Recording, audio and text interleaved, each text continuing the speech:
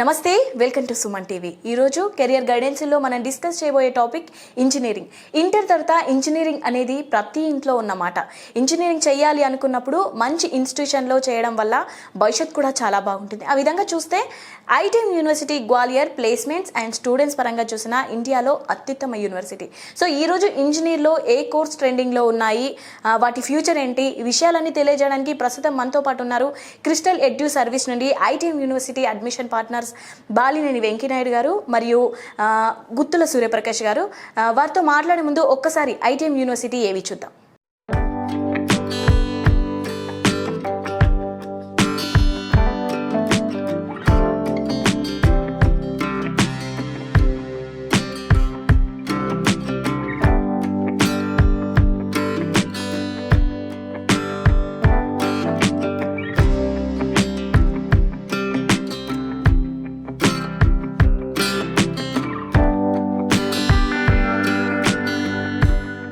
నమస్కారం సార్.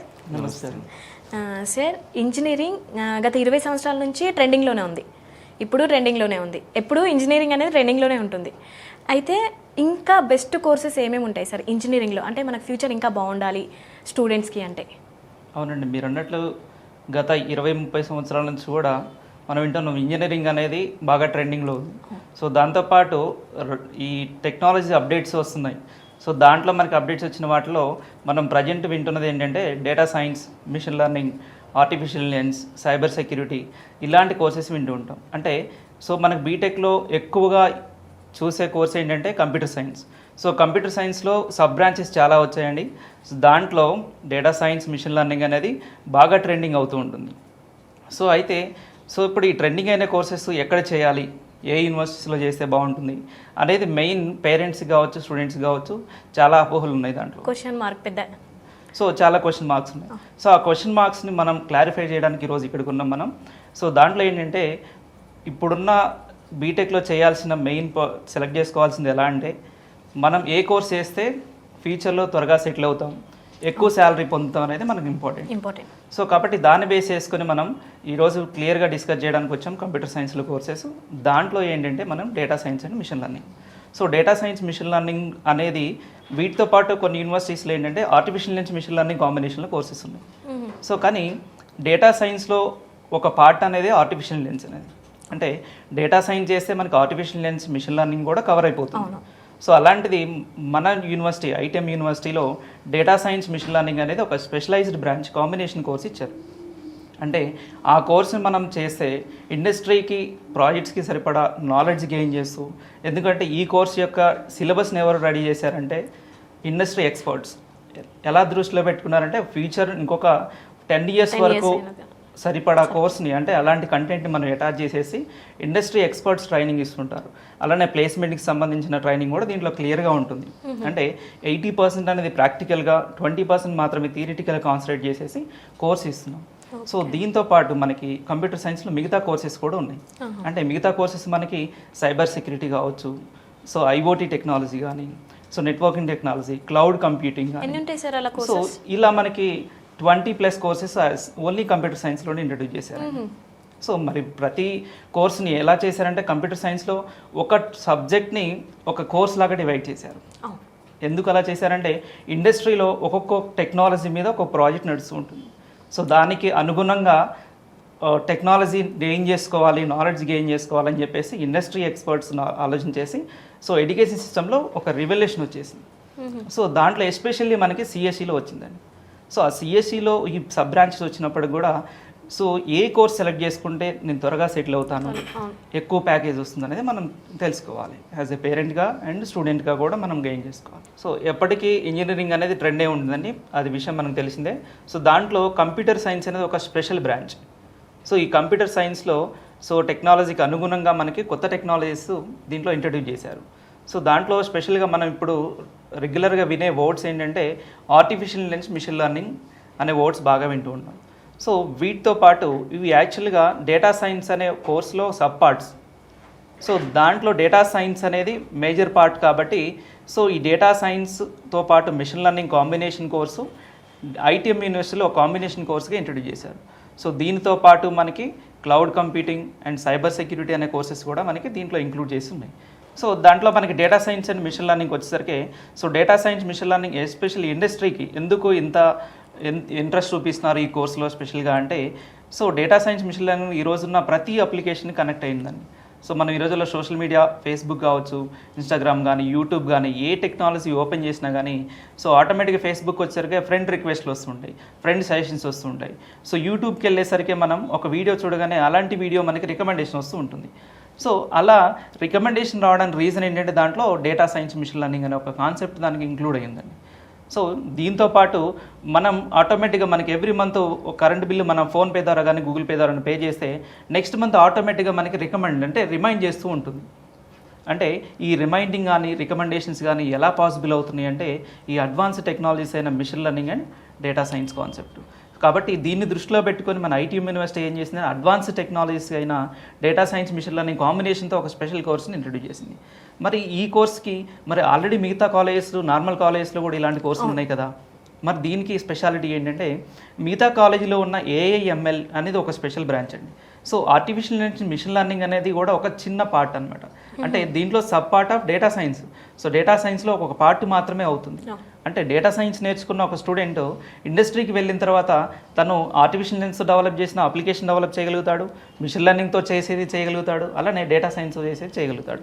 కాబట్టి ఇండస్ట్రీ ఎలా చూస్తుందంటే ఎవరికైతే పూర్తి నాలెడ్జ్ ఉంటుందో అలాంటి స్టూడెంట్స్ని మనకి ప్రాజెక్ట్ ఓరియంటెడ్గా సెలెక్ట్ చేసుకోవడం జరుగుతుంది. సో మీ నెక్స్ట్ కోర్స్ వచ్చేసరికి క్లౌడ్ కంప్యూటింగ్ అని. సో ఈ క్లౌడ్ కంప్యూటింగ్ ఎందుకు ఇంత అడ్వాన్స్మెంట్స్ అవుతుందంటే ఈ రోజుల్లో మనం చూసాం, ఇంతకుముందు మనం బ్యాంక్కి వెళ్ళి అమౌంట్ డిపాజిట్ చేయాల్సి వచ్చేది, కానీ ఇప్పుడు ఈ రోజు ఎలా ఉందండి, అంతా కూడా మొబైల్ ద్వారానే మనం ట్రాన్సాక్షన్ చేస్తున్నాం. సో రిసీవ్ చేసుకోవడం కావచ్చు, ఎవరికైనా అమౌంట్ పంపించడం కానీ, ఏదన్నా మనం పర్చేజ్ చేసినప్పుడు అమౌంట్ పే చేయడం కానీ ఇలాంటివన్నీ కూడా మనం మొబైల్ ద్వారా చేస్తున్నాం. అంటే ప్రతిదీ కూడా మనం క్లౌడ్లో అప్లోడ్ చేస్తున్నాం. అలానే సార్ చెప్పినట్టు మనం స్మార్ట్ టీవీ కనెక్షన్ ఉంది.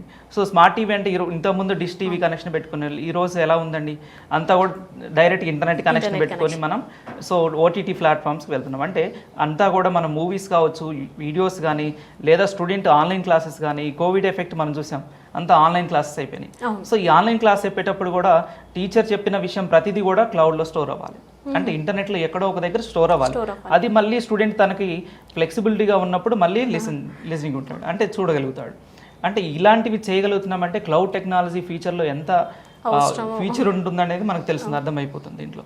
అలానే సైబర్ సెక్యూరిటీకి వచ్చామన్నమాట. సైబర్ సెక్యూరిటీ ఈ రోజుల్లో నార్మల్గా ప్రతి వాళ్ళు భయపడుతున్నారు ఏదో ఒక రోజు, ఎందుకంటే మనం ప్రతిదీ అమౌంట్ ఆన్లైన్లో పెట్టేసుకుంటాం. అంటే ఇంటర్నెట్, ఫోన్పే కావచ్చు, గూగుల్ పే కావచ్చు, అకౌంట్లో ఉంది. మనం ప్రతిరోజు న్యూస్ కానీ, వాట్సాప్ కానీ, ఫేస్బుక్లో చూస్తున్నాం. సో హ్యాక్ అయింది నా అమౌంట్ ట్రాన్స్ఫర్ కట్ అయిపోయింది, అమౌంట్ ఎవరో హ్యాక్ చేసి తీసేసుకున్నారు, అలానే నా ఫేస్బుక్ హ్యాక్ అయింది, నా ఇన్స్టాగ్రామ్ హ్యాక్ అయింది, నా మొబైల్ హ్యాక్ అయిపోయింది అనేది ప్రతి కంప్లైంట్ రెగ్యులర్గా చూస్తున్నాం.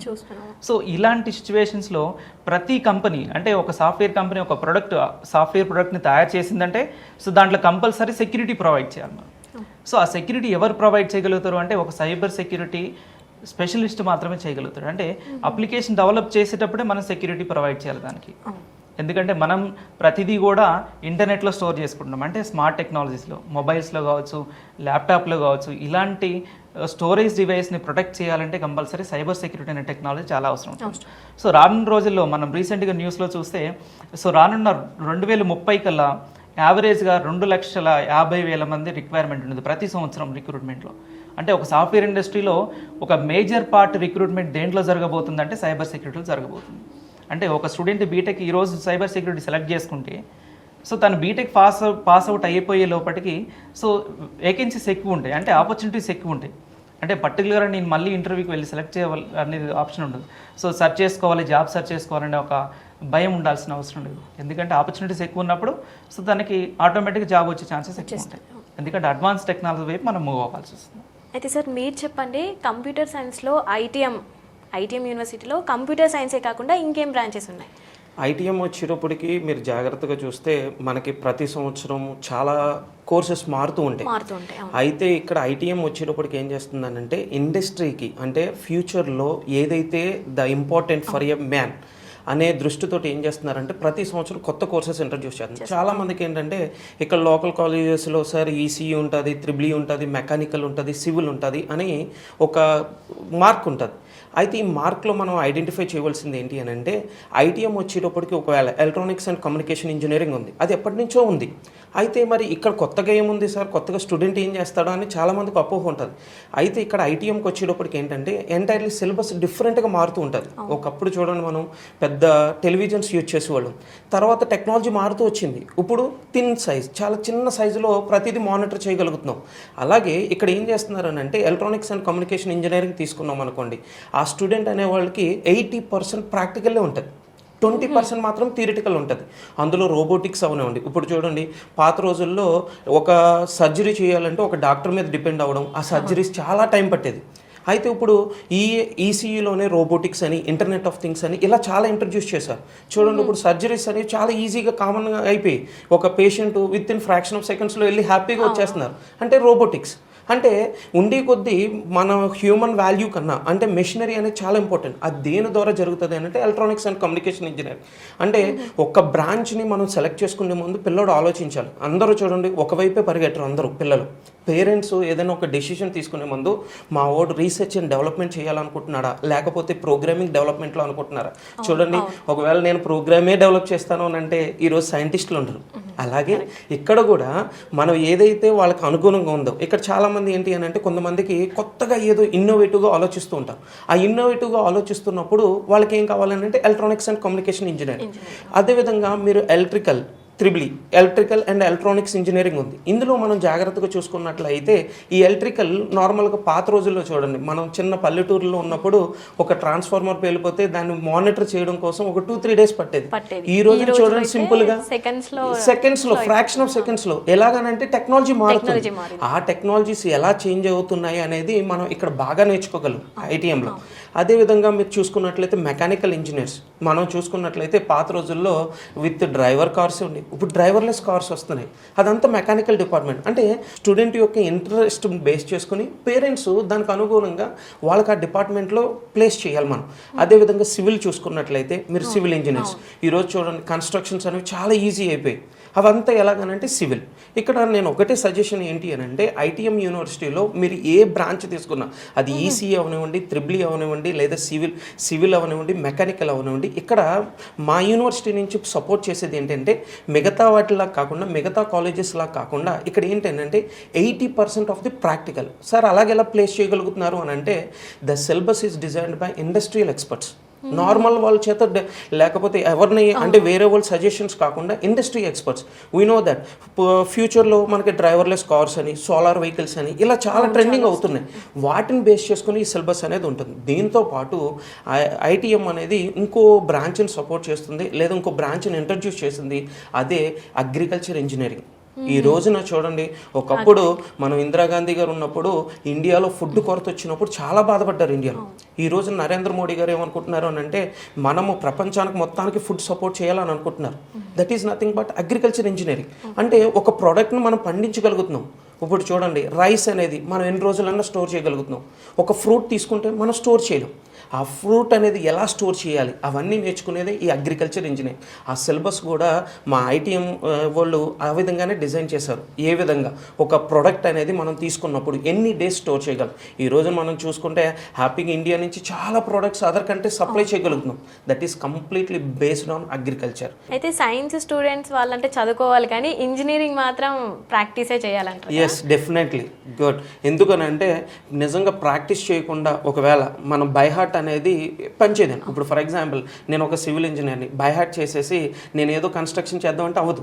నేను ప్రాక్టికల్ చేస్తున్నప్పుడు నా యొక్క ఐడియాస్ని కొత్తగా ఇంప్లిమెంట్ చేయగలను. ఇప్పుడు చూడండి, ఫర్ ఎగ్జాంపుల్ నాకు పాత అంబాసిడరే ఉంది, నేను దాంతో కంటిన్యూ అవుతాను అని అనుకుంటే ఈరోజు టెస్లా రాదు.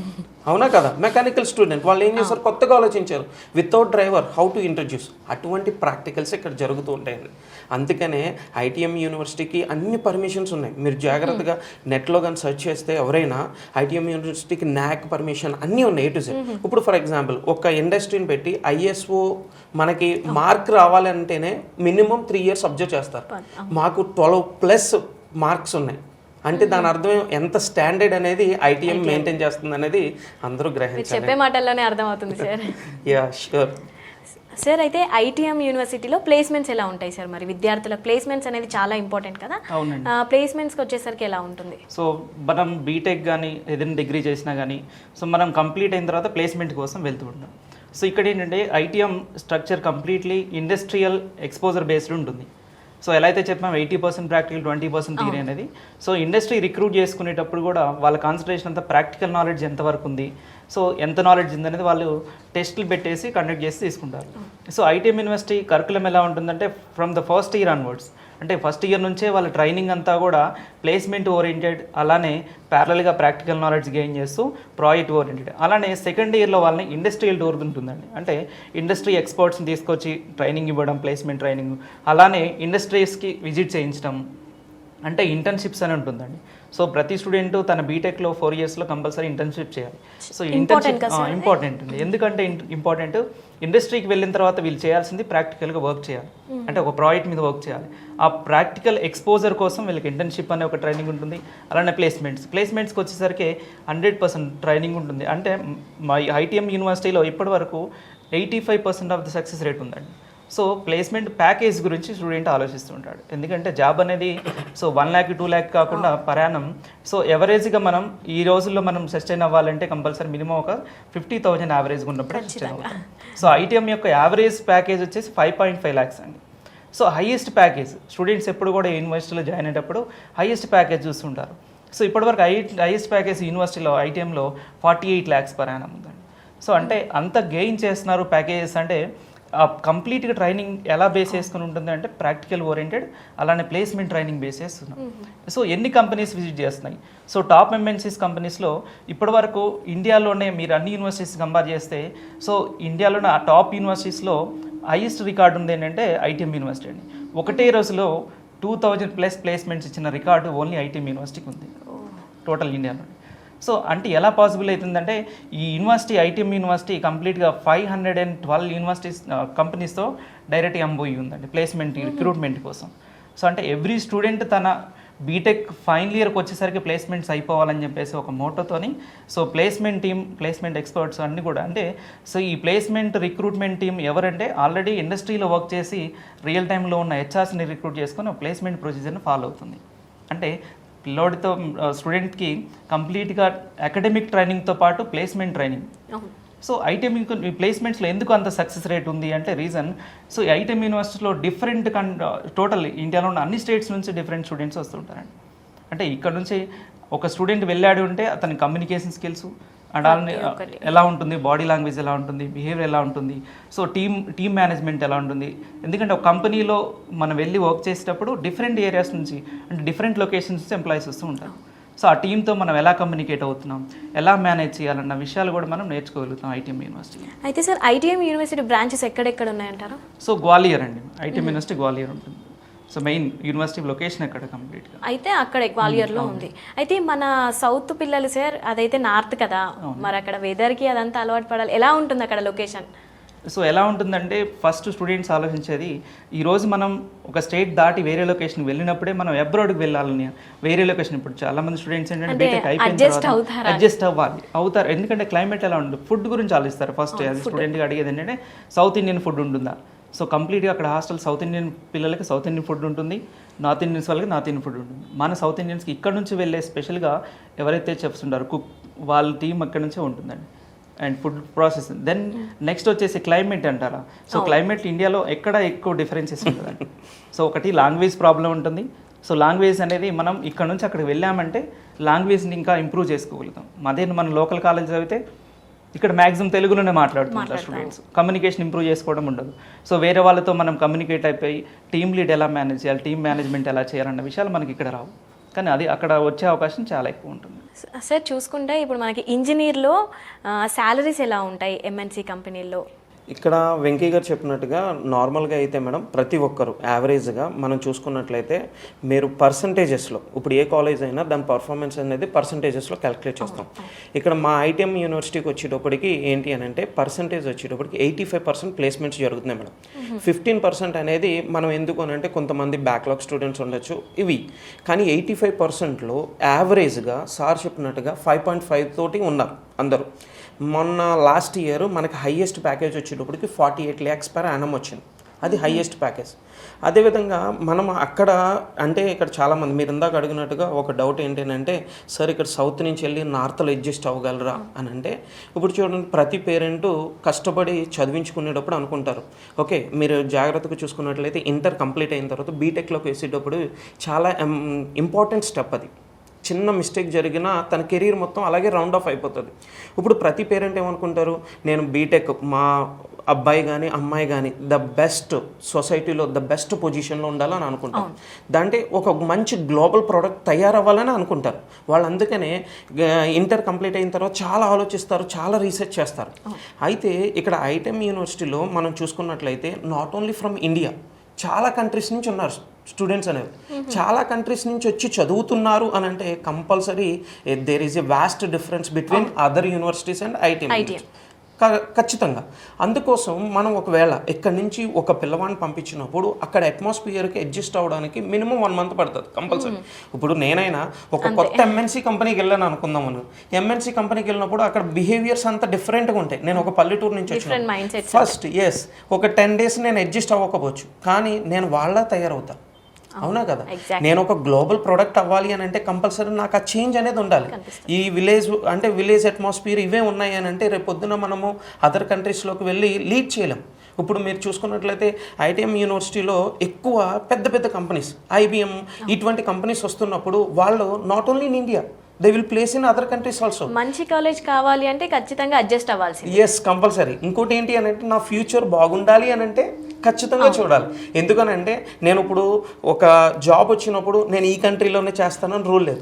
ఎంఎన్సీ ఇప్పుడు 48 lakhs ప్యాకేజ్ ఇస్తున్నప్పుడు వాళ్ళు ఏమనుకుంటారంటే నేను ఆల్ ఓవర్ వరల్డ్ ఎక్కడైనా వర్క్ చేయాలనుకుంటారు. ఎస్ అప్పుడు వెళ్ళిపోతారు.